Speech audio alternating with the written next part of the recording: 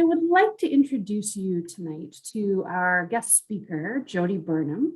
Jodie, she has quite an interesting story, and you're going to hear a lot about it. And she's also going to give us lots of tips for how we can do something somewhat similar to what she's done. After a devastating financial loss sorry, I'm just letting someone else in the Middle East, Jodie and her wife made a life-changing decision to not return to Australia, which is where they had started out. Instead, they started a whole new life as digital nomads, choosing house sitting as the ultimate travel hack. So for the last 8.5 years, their cost of living has been reduced to 70% less than the cost of living in one fixed location. They see no end to this journey that they're on and living this freedom lifestyle. They own nothing more than the 50 pounds worth of luggage they carry. And I can't wait to hear more about this. Welcome, Jodie. Thank you so much, Tracy. So probably we did the profile of you on the site. So people probably already have a bit of a sense of your personal story. So maybe we can just dive right into the stuff that people really want to know about house sitting. Can you, just to start, could you give us a bit of an overview of house sitting and the different types of house sitting opportunities? Yes, so I mean, house sitting itself is not a new concept. It's been around forever. And I mean, if you think about it, it's like probably at some stage of nearly all of our lives, we've either picked up the mail for a neighbor or maybe gone to visit a relative and looked after their animal, or taken their animal into our own place if they need to go away. And yeah, I mean, it's just sort of become more of a thing with regards to a travel hack, probably in the last decade or so. And I don't have any hard facts on this, but it's definitely been most popular or most sort of talked about and used in the countries of the UK and Australia.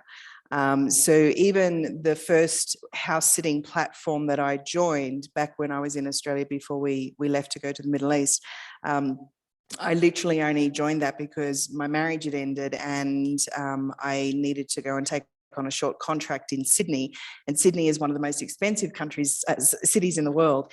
And I just sort of, for some reason, knew that I could just look up this house sitting website to see if there was anything that, I could get free accommodation while I was going to be down there doing this short-term contract. But of course, doing that through that particular platform that had actually started back in the year 2000. So it's not a new concept. It's been around for a while, but it's been growing in popularity over the last 10 years or so, thanks to some of the bigger sites that have come out, like Trusted House Sitters, which I'm sure a few people have maybe heard of. But House Carers was the one that started from 2000. I used it once in Sydney just for that one need, and never even in my wildest dreams thought that it could have been something that I could do internationally at that point of my life. It was just like, I just needed it for what I needed it for, never thought about it again. And of course, the world opened up when thankfully the memory came back. And it came out of duress because we had lost all our money and we didn't sort of know what we were going to do. And I was like, oh, hang on, maybe if we could just live rent-free for a little while, we can try and get back on our feet. And that's when, oh, let's just have a look at what's out there in the house sitting space, see if there's a way that we could sort of go and help somebody out while also being able to benefit from not having any costs. So house sitting is kind of house sitting and pet sitting, but the way we do it from the international standpoint, it's volunteer. And I'm sure that most people know that there are professional pet sitters, particularly they're quite common in the United States.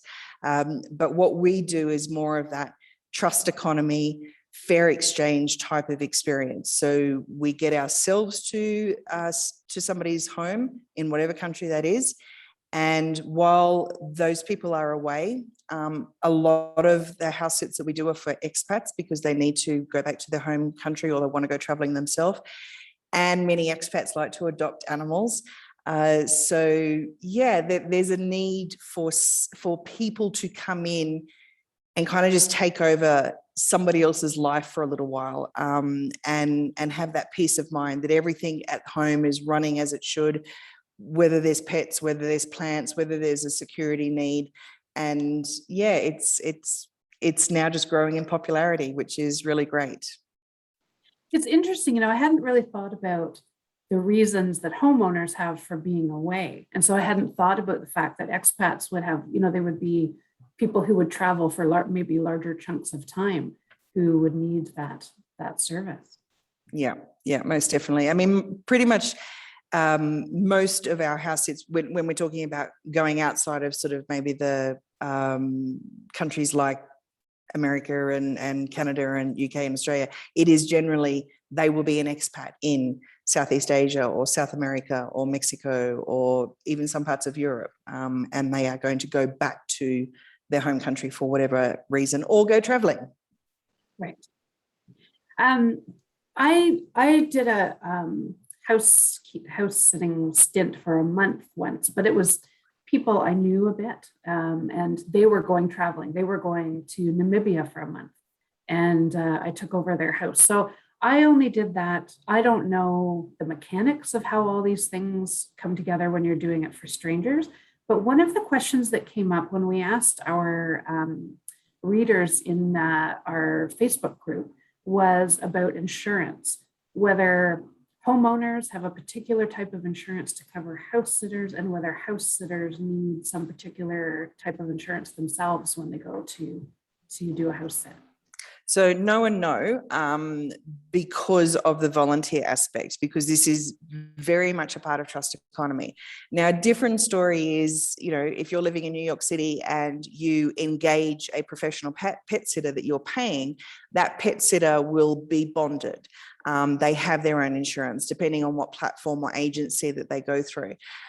This is it's the most heartwarming and amazing experience to go, wow, like people are people and we are all one. And this sort of level of trust that comes together when we've got this common interest of being of service, helping somebody out and getting the benefit. It's like this perfect sort of circle of win-win-win type of thing.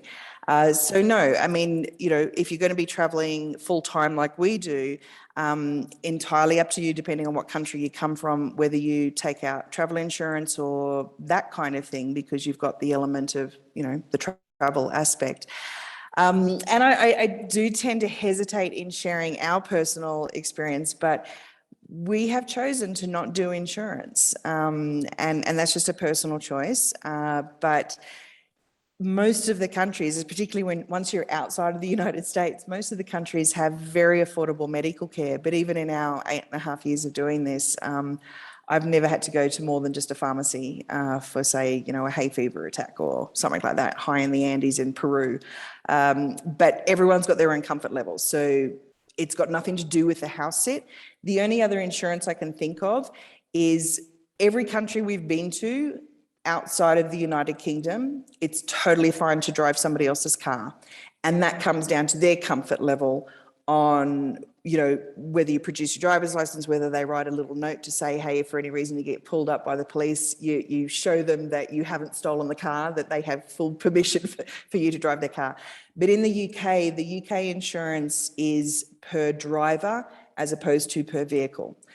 So most insurances around the world will be for the vehicles, so you generally can drive somebody else's car. But in the UK, we have not driven in any of the house sits we've done there. But it was really interesting. In one situation, one of the little dogs we were looking after hadn't been very well, and the homeowner said, "You're only here for 2 weeks. We've actually paid an additional, I think it was like £120 to add you to our insurance, so that if you need to take the dog to the vet, you can just drive and not have to worry about getting an Uber or taxi or whatever." But that was pretty hefty. So that's probably why most people won't really get a vehicle to drive in the UK, because of a different level of insurance in that regard. Right. Well, that was a question I was going to ask later, actually. So we might as well just finish that. Have you had any sort of spiffy cars or sort of really interesting vehicles? So which one do I start with? The funnest one or the spiffiest one? So the spiffiest one was in Breckenridge, Colorado, and the homeowner had only in sort of the previous 6 months got a brand new Porsche Macan. So we were driving through the Colorado Rockies in a brand new Porsche Macan, black, of course, and it was pretty nice.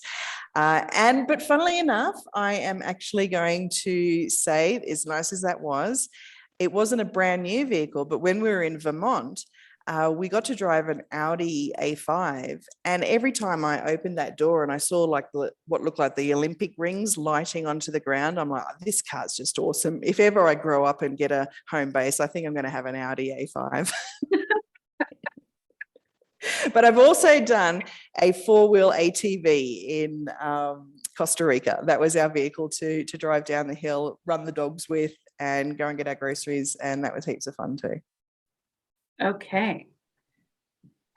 Speaking of dogs, would you say most house sits involve taking care of animals, whether it's indoor pets or farm animals, or do they are animals frequently involved?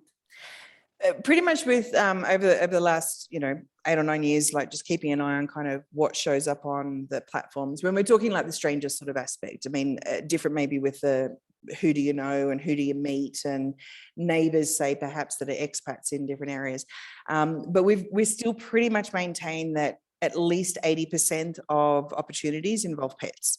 And that's because, they're children a lot of the time. It's like, even if they're farm animals, they're children. And people don't want to have to put them into kennels or catteries when the animal can just stay at home and comfortable, and we just maintain the routine. We have, by choice, always tended to go, pretty much except one house sit have always taken pets on because we love it. We work from home, so we love having the company, and it's nice to create a routine. So as opposed to being, trying to sort of be in that entrepreneurial space, trying to create routines, which is really hard, walking into somebody else's routine and making that our routine for the duration that we're there. But we did one house sit for 2 months in Singapore with no animals. Our duties were to look after the fridge so that during an electrical storm, they didn't lose power. And being so humid at the time of year, we had to keep all the doors open to air things out. So that was the only house sit that we've done in 8.5 years without animals. And I have to tell you, Tracy, we nearly broke up because we didn't actually have something to do or some other outside interest. It was quite funny. Oh dear. But from talking from the solo perspective, yes, it's like you can definitely set your own boundaries as to what sort of house sits you want to go for, just so you know what your options are. If you consider that 80-20 type of aspect, it's going to be a bit harder to find a no pet house sit than what it would be to have pets. But that's not to say that there's not people who don't do this with their own pets, their own children. They, can only do cats or only do dogs, or, you can really set your own boundaries. Okay. I did have some, a couple of people who were asking, what do you do, let's say you're allergic or you're not good with animals, you don't have experience with animals. So that was where that question was coming from. I think there were also some people who were a bit concerned that, if they were in this to travel, but there were a lot of responsibilities related to pets, that it wasn't going to allow them as much freedom to be out and about. But I assume these are all things you would discuss in advance, and you could pick and choose which ones you would accept. Absolutely. Janice, did you have a question there? Or Yeah, there are a couple of questions, and it's around how you find the gigs in the first place. So one is the platform that you first mentioned, and maybe the platform, this might be a question you've got coming up, Tracy, I don't know, but the platform that you rely on most often. Okay. So would you like me to go that way first, Tracy, or come back to the animals? Sure, if it's on people's minds, let's go right to it. Okay, cool. So the site that if you kind of think of the platform is the term we use as almost like dating sites. So you've got the homeowner putting up their listing, which is their requirements, and you've got the house sitters who put up their profile to say what they do and don't do. So we might sort of cross over a little bit on the animal side here as well. And thankfully, because I had a bit of a marketing background, putting our first profile up onto a site that we went with, we just knew how to kind of like have people read it with what's in it for them, as opposed to, like, am I going to be house sitting to travel or traveling to house sit, that kind of element and what I bring to the table. So that's what we've ultimately been helping with a lot of people with over the years, is how to put your best foot forward, because not a lot of people like to talk about themselves. So they don't like to sort of, paint the best picture of themselves, but it's a bit like doing a job interview on these kind of dating sites as such. But you're interviewing the homeowner as much as they're interviewing you, so that you can discern like what is right for me, where are my boundaries going to cross over, how does it feel, are we energetically connecting, can I have a look around the house, see what it's like, what are the needs of the animals, like all of these type of things come up. So as I mentioned, the first platform that I ever joined was House Carers. And what I love about that site, it may not be the flashiest and fanciest website out there, but it has never, since the year 2000, put their prices up. It's $50 a year.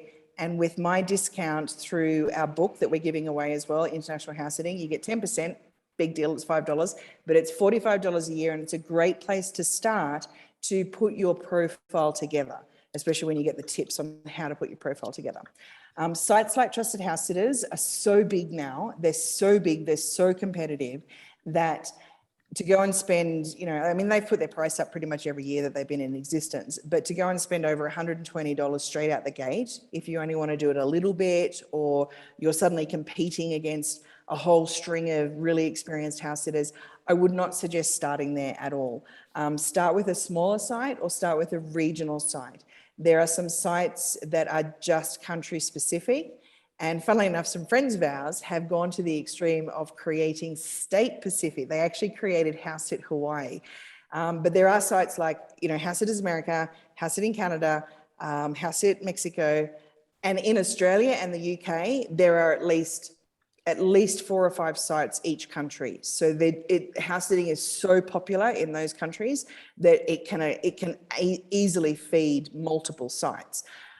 So starting with a domestic site or kind of a location specific is a good idea. House Carers is an international site. This house that I'm on now, we were here in 2017 and we originally got it from House Carers. So one thing about House Carers is that it's free for a homeowner to put a listing up.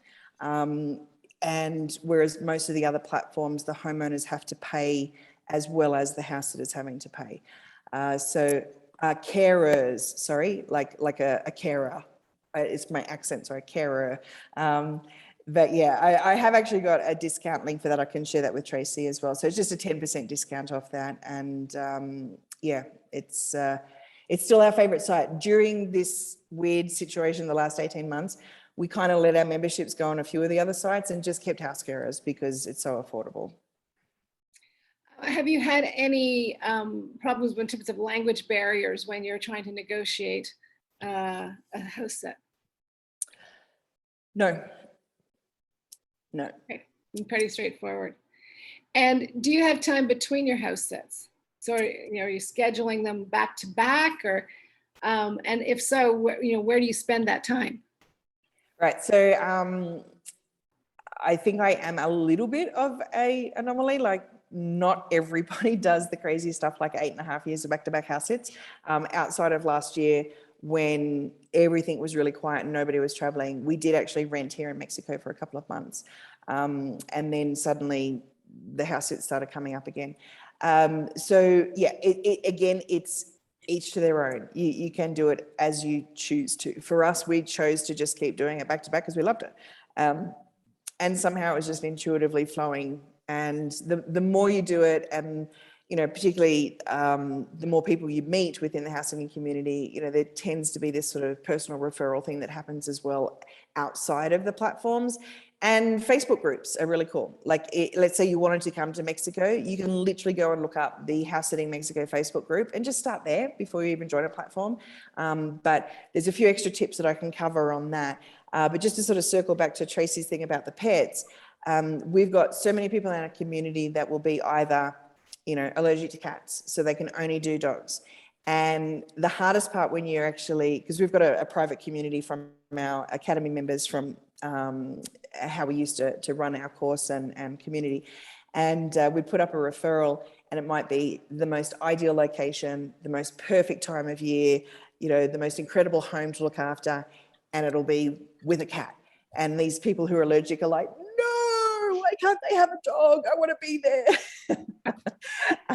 And then a lot of our solo travelers, particularly our female solo travelers, will say, I'm only going to do cats or small dogs because they don't want to have to be out walking big energetic dogs, based off whether it's strength or just sort of, routine or the age of the animal as well. So you can definitely start to create your own boundaries around what you take on, if it is animal included.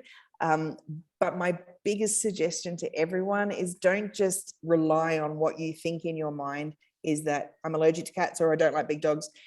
If something comes along and it does tick the boxes of location and dates and whatever, and it's not very long or something, have the experience, because you might surprise yourself. I kind of honestly feel that until you actually have a direct experience, you never really know. Don't just, and even today, having lunch with some of our, different nomadic people that are traveling around, and this one lady said, I always thought I was allergic to cats, but I took on a house sit with 2 cats and I was okay. And I was surprised myself. I wouldn't want to do more than that just in case. And she had an allergy medicine just in case. Same with somebody who says, I don't do dogs.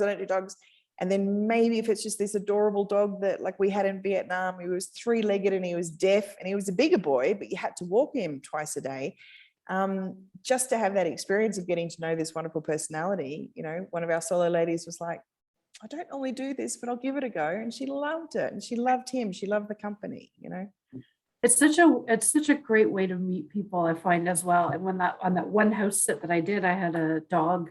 And I love dogs, but I travel too much to have one. Well, in normal years, I travel too much to have one. But, it was in a small city. And so as I walked around the neighborhood, people, of course, recognized the dog, which led to conversations and invitations to dinner and, meeting different people. It was great. And of course, for the boys, King, you can pretty much say that most cute dogs are chick magnets. So the moment that you're actually walking down the street with a little, leashed dog that's a cutie. I borrow my sister's dog sometimes for that exact purpose. Katie wants to just clarify about expenses, airfare, food, all of those kind of things. They're the responsibility of the house sitter, I'm assuming. Yeah, so and a lot of these things will come into play on the duration of the house sit as well as to what gets covered and what doesn't. But the generosity of humans is usually pretty amazing. And I always think of this one situation in Ecuador. So these Canadians were in Ecuador, and they said, please help yourself to obviously use all the perishables in the fridge and help yourself whatever is in the freezer. But this little section of the fridge, we just said, please don't touch. It's really hard to get our favorite horseradish here. We can't do this, we can't do that. And we're like, it's okay, we don't eat horseradish, it's all good. But, people will say, if you want some wine, do this, do that. And then the reciprocal side is, yeah, I might have your glass of some of your wine if I can't get out to the store, but I'll replace it. And then when the homeowners come home, you might want to prepare them a meal or a little dessert or something, and then the other side is they want to take you out for dinner when you first arrive. Or as for the travel side of things, because of we call it the Dubai debacle, where we lost everything. We lost, everything with regards to credit cards and everything. So we've not been able to do any of the travel hacking, so the points hacking and all of that. But what we have learned over the years and gotten better and better at is flight route hacking.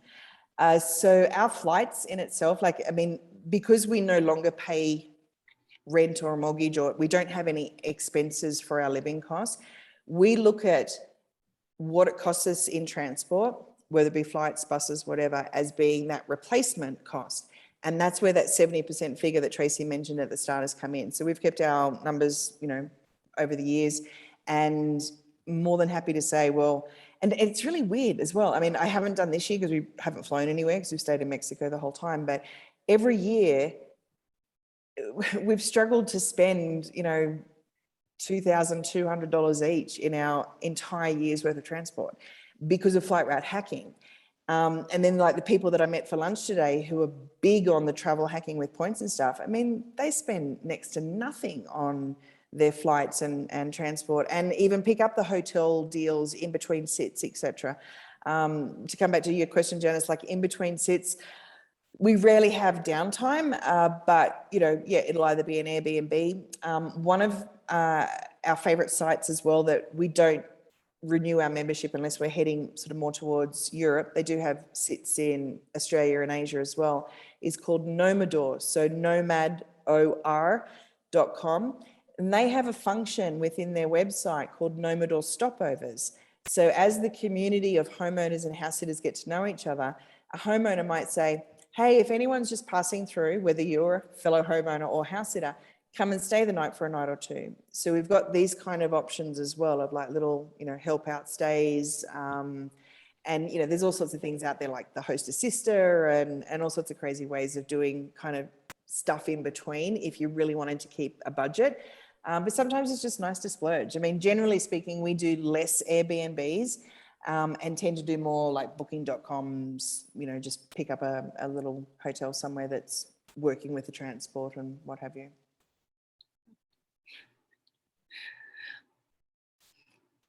Were you going to ask something?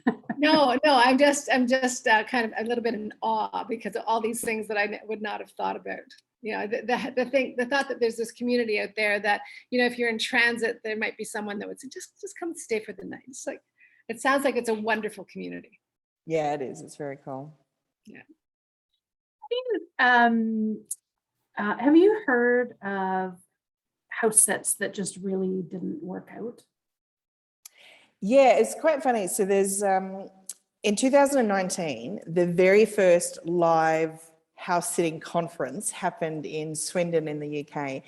And it was such a joy for me because I got to meet so many people that we'd been connected on Facebook, never met in real life.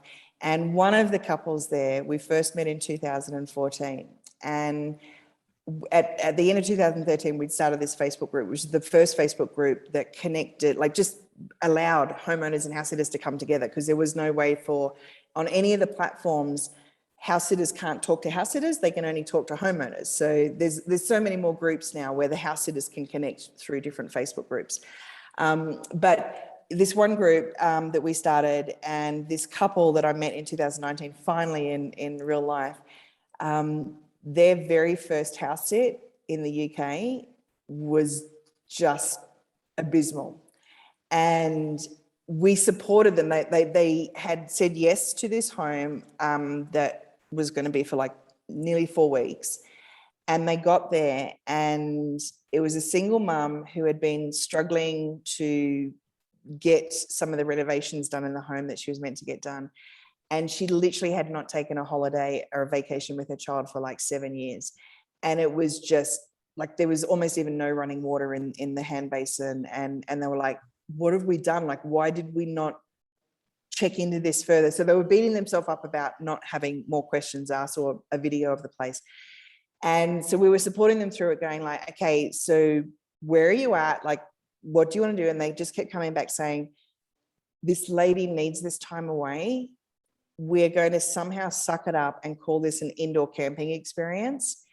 And they took it on board. They suffered through and they made the best of what they did, you know, with what they could. And the very next house sit that followed that was for one of the Queen's horses trainers. And they had their whole west wing of this mansion that was theirs.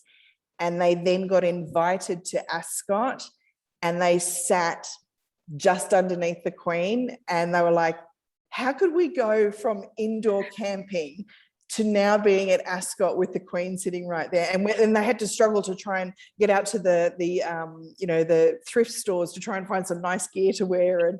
And so it's kind of like, to me, again, it's a personal thing. It's like, okay, if you haven't sort of checked all your boxes or maybe listened to your own intuition and you get to the place, there's a little bit of an underlying rule within the community of, you said yes, it's on your head sort of thing, suck it up, princess, and see it through. Now, that's not to say that there hasn't been some situations where it's like, I arrive, it's not happening, I've got to go. But we always still try to, help people to say, how can we make this work? I did hear of one solo sitter get into France, and they were due to look after this place, and they get there and the people are about to leave. And she says, well, what about granddad upstairs who's in bed still? And they said, oh, he can't come. Are you okay with just like looking at, like giving him some food and looking after him? And she was like, excuse me? No. So they had to negotiate and work stuff out. And I think she did end up staying and helping, but it was like, oh my word. And these are all experiences that you learn from. So again, having the direct experience for us has been guaranteed, like 95% perfect dream, love it. Would we go back to every single one of them? Maybe not. But it's really hard for me to think about the worst one for me. And probably the worst one was actually just a very unclean house that I didn't realize how unclean it was until I did get this sort of hay fevery type of thing. We lifted up the mattress, which of this wooden frame bed, and it was covered in dog hair underneath the bed. So we just had to clean it, otherwise I couldn't breathe. But yeah. So to counterbalance that, I want to jump in. Maybe you can give us a little peek at your current sit. Okay. You got to excuse, we have this wonderful big window, which I kind of use as a whiteboard. So I'll try and not let you see all of that. But we're looking over the city of Guanajuato. It's going to come down here a bit. And it's a beautiful, beautiful city. They call this city a little piece of Europe in the Mexican Sierras. We're actually at, I talk in meters, so 2,200 meters above sea level. So what's that, about 7,500 feet? And we've got this beautiful big ceiling with a big tower up above. And it's a German couple that own this home. And they have a home in Germany, and they go back to Germany every single year. Last year, he got out before COVID and she got stuck here. So she was itching to get home, and she now has asked to stay an additional month. We took on this house sit as a 6-month sit. She's asked to stay an additional month because she couldn't go home last year. She's still working in her garden and, doing all this stuff in her German house. But this is a sit that comes up every year, and everyone needs to put Guanajuato on their bucket list. It's a must visit city in Mexico. Okay. So I probably wouldn't think to ask, did you remember Grandpa? But are there certain questions that people should be asking in order to determine whether a sit is going to be right for them? Some pretty basic things. I'm sure you go into much more detail in your book, but or in the academy, but just generally the kinds of things people should be thinking about. Yeah, it's nice to have a checklist of those things too, so that you don't forget them. But some of the ones that come up for us will be, how much in advance would you like us to be there? Like, how much of a handover would there be? Can you accommodate us the night before you leave? Or do we need to find our own place? Pretty much 99% of the time they're going to take you on, unless it's a 1-bedroom bed sit somewhere, which we have had a couple of times where we just accommodate ourselves and then come the next day. If there are animals, my first question is always, where do they sleep? and we will start to determine. We're not big fans of animals in the bed. We have done a couple of sits where there's either been a cat or a little dog, but it's not our favorite thing. We like to have our own space in bed. Is there use of a car? Or how close to transport are you? And grocery stores, sorry, how close to grocery stores? When you come back, would you like us to leave straight away, or, you know, would you be able to accommodate us? And generally just an overview of like, what is the routine? What is your normal day, whether it's with pets or without pets, but what do you expect us to do? Are there any plants to be watered?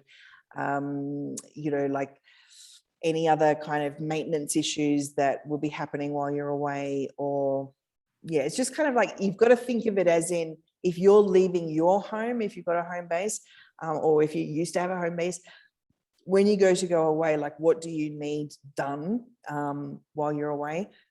And just trying to think of all of those things. But we have got good checklists, you know, yeah, both from the free book and inside the Academy. So the book itself, I did notice that you had our Amazon link. So that was our original book from 2015, sorry. It has been updated this year, and that's why we're giving it away for free now. So it is, the first version is still on Amazon, but the second edition is the free one at internationalhousesitting.com. Okay. Yeah, it's interesting about the little things that would be really useful for people to know. The one house sit that I did, the people had an entire binder that they left me full of information. We call it the Bible sometimes, or at least the book of the home. Yeah. Yeah, it was great because I didn't know how to use their washing machine, for instance, you know, and especially if you're going to another country. Like, I've yet to figure out a European washing machine, but those little things that you know, that you would not know otherwise. Or I would spend a lot of time Googling, I guess. So one of the couples in our community, she actually shares the same birthday as me, and they're such a cool couple. They say, we haven't retired, we have rewired. And they rewire with, we love learning how to use a different washing machine. And she's like, it keeps us active. It keeps our mind active. We're learning all the time. You know, like, that with the environment changing and the adaptability and flexibility that you need for each person's different routine, and that idea of stepping into somebody else's shoes while they're away, but perhaps leaving no footprint when you go. That's kind of a little bit of the ethos as such. I remember some community members saying, oh, when we get to a house, you know, we leave it cleaner than we found it. And we turned around one day and said, that's a little bit judgmental. I don't think I'd like to hear that if I was the homeowner. So how about you go with the no footprint thing? It's like, we've arrived, we only use this room, or this room, whatever. We clean it, we leave. We don't want you feeling as if your home has been sort of occupied or invaded or whatever else. We want you to feel comfortable when you come back. So the rewiring aspect of staying young by having to work this stuff out, I really love that. And yeah, the book of the home. And if people are brand new to having house sitters in, a lot of the platforms provide things like that, like this kind of like, here's how you write it all out and give the instructions. And when it comes time to doing the handover, you know, we've got another lot of checklists to say, can you show me where the fuse box is? Can you show me where the water mains are? You know, you need to know these things, like, even if it is only just for a weekend, you know, but obviously on the longer sits, you need to know where these things are so you don't get caught out. Yeah, when I was did that one house sit, they did a walkthrough of the house with me and showed me, you know, houses have weird quirks, right? Like, even my own house, like, the light switch isn't necessarily where you would think it would be, or, you know, different sorts of things like that. And I've never had to deal with, you know, a water softener, like, what? But, you know, I thought that the most incredible thing, most helpful thing, and smart, I think, that these homeowners did is they had me come a day ahead, and they had a dinner party and introduced me to a bunch of people in the neighborhood. And I think that did two things. One, it gave me people I could call on if I had if I had any problems or even just questions about the area. But it also gave them a bit of a sense of security because then there's somebody watching me in a sense. You know, they're going to see if I'm having a big party and there are cars in the driveway, they're going to know what's going on. So I thought that was really smart. Something's just come to mind that you might want to put on your questions thing as well is, do you have security cameras inside the house? So, you know, many of us, if we forget to ask that and we spot one, we have no issue at all putting, you know, a tea towel over it and writing to them and saying, hey, you didn't tell me about the camera. I'm not comfortable having a camera in the house. We've just covered it for now. Happy to have the security cameras outside. It's good for us as well. But most people will come back and say, oh, it's not even activated, or don't do this. But some people will have, say, pet monitors or things like that. So that is an important one to ask as well. Absolutely. I had never thought of that. And that would creep me right out if I didn't know it was there. There's one of the ladies, she's so funny. She turns around, she says, if they want to look at my fat ass walking through the house, they can see it and deal with it. I was like, okay. Oh boy. We do have a couple of questions here. Oh, Yep. great. Any issues with safety? In what regard? Like the travel or the being in the home, or like inside a town, outside of a town? That's very interesting. It's not been specified here. It's just any issues with safety, but that's a good question, right? If you're a solo traveler and you are outside or being in the house we've got an expansion on the question. Okay. Oh yeah. Thanks, Lorraine. I can see that now. So as a solo sitter as well, again, you have your own set of rules, your own boundaries that you create. If you don't like to drive, like one of our friends doesn't like to drive, and she always prefers to be in a city environment so she can walk or catch public transport. And you know, she'll just have the conversation with the homeowners around security and has there been any issues, has there been any break-ins, whatever else. And you can do all that in advance before you actually give the full yes.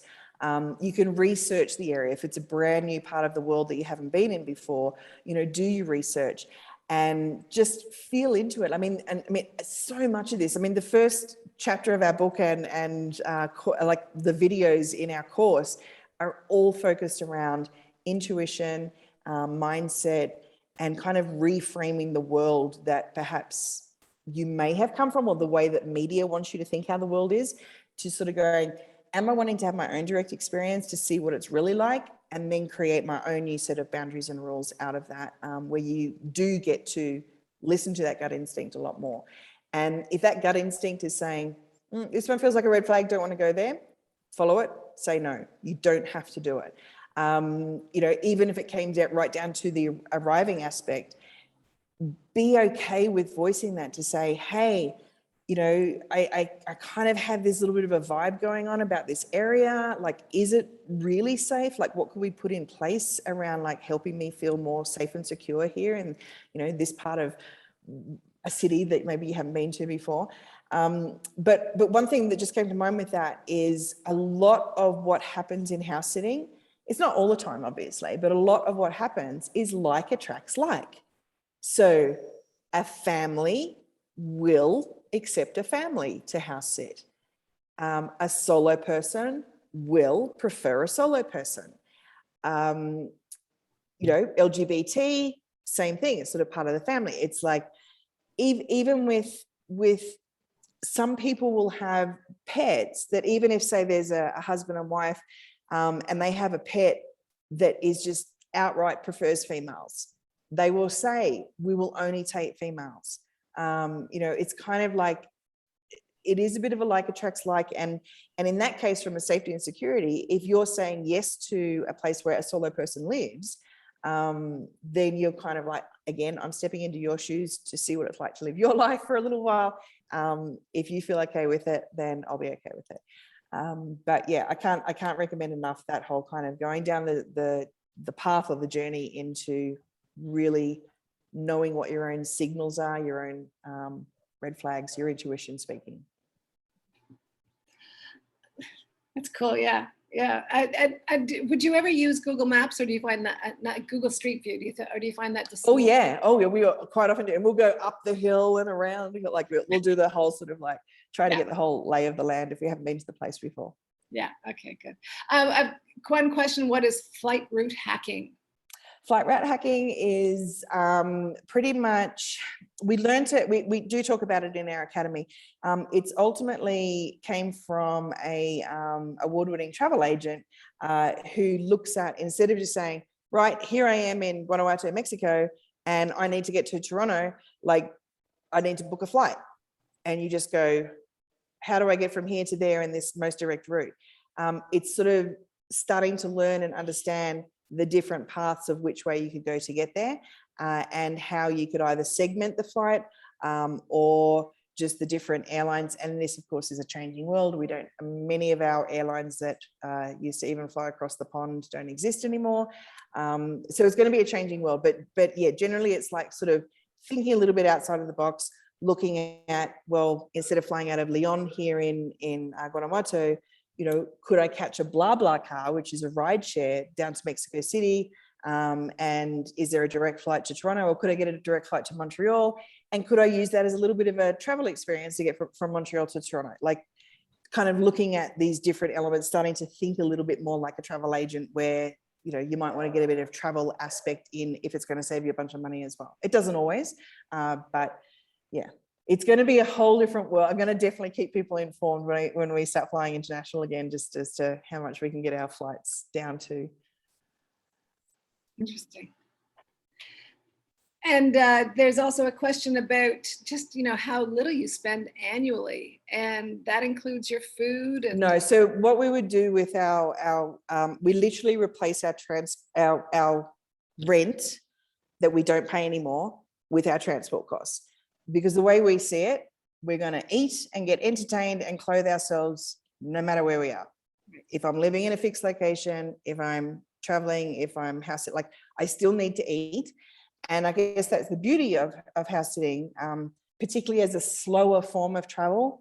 If you're not just going to, I've got a 2-week vacation and I want to go and come back and, splurge all my stuff and have cocktails every day and eat out all the time because that's my holiday, it's my vacation.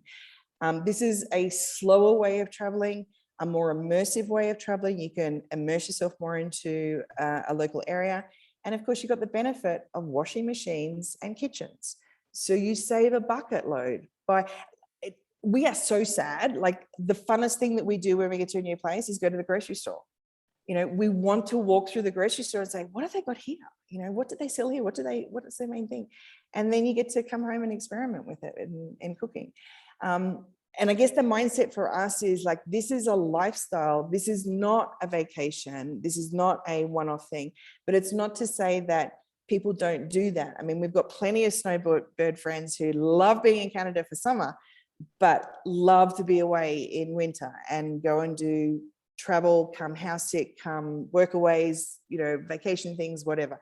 The digital nomad crowd, which, they may have a home base, say if they're got a great rental deal in Bangkok for a year, but they might want to go and do trips while they're away from there. Like there's literally no one blueprint or roadmap. Everybody does things differently. And you can either just incorporate a little bit of house sitting. One couple who are travel bloggers and authors, they love doing all their adventure stuff because they have to write about it. They get paid to do that. But they go and take a house sit on purpose to catch up on their content creation. So they get a little bit of fur baby love, they can wash their clothes, they can relax, they can chuck on Netflix for as long as they like, have a whole day off things or do some work. It feels more like it's a slow down breathing catch up type of experience. So you could do it in any way you want to. And you can even look at house exchanges as well once a year. But what we like to say to the people that have done house swaps or house exchanges is why not get a house sitter into your place, go house sit for somebody else and have them house sit. So it's like this pay it forward chain. So you're getting to experience new places instead of having to go backwards and forwards to the same place every year, unless you really love it. Okay, so I had 2 questions left, but I think they might actually completely fit together. And they were, where does a total newbie start who wants to get into house sitting? And tell us more about your book and the International House Sitting Academy. I suspect those two things go hand in hand. Pretty much. So the biggest tip is if you don't want to download the free book, that's totally fine. If you're looking at getting started with this, just start gathering some references now. So your references are your things that are going to be most helpful for when you get onto a platform, or even if you don't join a website platform like House Carers or Nomador or House Sit Mexico. If you go into a Facebook group, remember that you maybe have not met that person yet, and they might want to have a look at something that is about you. So if you don't have your own website, you might want to have a profile on, say, House Carers. And one of the best ways to put a profile together is to get some references. So it doesn't necessarily need to be all from people that you've done, that you've never called it house sitting for before, but whether you've looked after something for somebody. But if you've got your own pets, ask a friend and say, hey, can you write a little couple of lines about how I love my animals or how I keep my house? Go to an ex-landlord or, an employee or employer or a good friend, just like a little bit of personal references as well as sort of life experience type of stuff. Have that ready to go so that if you do join a platform and you do want to apply to a house sit, then you've got that kind of, confidence more than anything. It's like it gives you confidence in order to say, yes, I'm going to put my best foot forward and I'm going to apply to this quote unquote job. We call it gigs more than jobs, but yeah. But we cover all of that in the book. So basically what the book came about, we created the course first. We created the entire video course. We were the first video course back in 2014 to cover everything from never having heard of house sitting before to getting ongoing referrals and everything in between, including the potential bumpy rides. What if something goes wrong? Travel aspects, travel hacking, all this stuff is covered throughout the whole thing. And this travel podcaster who'd interviewed us, he turned around and he said, I want to do this little project where, people like you have got a course, whether we could sort of take the best of it and put it into a book. And we're like, yeah, cool. So he actually published our book, which is, our course is the modules are the 10C confidence and competence modules. And there's a lot of videos, but they're quite short. And it's not just us, like we do mix it up with interviews and we hear from other people as well. But the book, the chapters of the book are the 10 C's. So starting from, like the never hearing of house sitting before and how do you get into it, right through to how do you start getting back. So you can pick up the book and I would love your feedback on it as well. So yeah, that's at internationalhousesitting.com. So that kind of covers those few tips for getting started, as well as getting your mind right for doing this. And again, even if you're only going to do it ad hoc every now and again, the same principles apply. Okay, that's great. We're actually, for those who haven't already heard, we're buying access to Jodie's International House Sitting Academy and doing a draw. So for one member of the insiders is going to get access to that. I think I'm going to get it for myself as well. This sounds great. Somebody was telling me the other day that they periodically take on a house sit, not so much to travel because it might just be a couple hours away from where they live, but to get out into the country and have a dog for a couple of weeks and to spend time quiet and reading and writing. And I thought, oh, that might be just what I need. Well, you just reminded me of another little tip of that is start locally. If you feel you don't have confidence with your references, see if you can help somebody out locally, like whether it be something you see on a platform, you can even look at Craigslist or like there's all sorts of crazy places that people show up and start and have the experience. Like this one lady's son was like, oh, Mum, you've been doing this for years. Let me have a go. He walked into somebody's house just to do a weekend. He's like, I feel weird in their kitchen. I don't want to touch anything. And it's like, well, you're not meant to do this. It's not for you. Yeah. So have that direct experience again to determine if it's for you. And one huge tip is every single Christmas of every single year, there are house sits that don't get filled. So if you want to guarantee a foot in the door to get a house sit, apply for a Christmas house sit. Good to know. You've also got me thinking now, because I am such a geek about these things. I might pick my house sit based on the kitchen. So thank you so much, Jodie. This has really been interesting and really touched on things that I hadn't even considered, what related to house sitting. And really, like, I think you really are like the world expert on this. So this has really been a treat for us. And we'll make sure that we send out the proper link to everyone to get your new book, and information also about the Academy. And then at the end of this month, we will do the draw and somebody will get it for free. And yeah, I wish you the best. Do you know where you're going next? Well, we actually are going to go to Puerto Vallarta and stay in a B&B for a couple of days. And then it's quite funny because the two people we're going to house sit for are purposely taking a vacation because they know that we're going to be in town. So after Puerto Vallarta, we'll then go to the Baja California Sur, which we're really excited about. We did 5 months over there, 25 miles north of Cabo last year, right on the Pacific Ocean. And it was during the summertime. But when we go back at the end of December through to February, it's going to be whale time. So we're going to see all the whales going past our window. It's going to be amazing. Wow. Well, thank you again. And You're welcome. I hope you continue to have amazing adventures. And I look forward to seeing more of you out there. It is. And I was just you know, going to say, we had a meetup today, and it's like, it really is just wonderful when you get to do meetups. So yeah. Oh, well, maybe our paths will cross one day. that's it. Okay. Thanks so much. You're very welcome. Mhm. Thank you. That was fantastic. Thank you, everyone. Yes. Thank Bye-bye. you, everyone. Thanks, Jodie. You're welcome.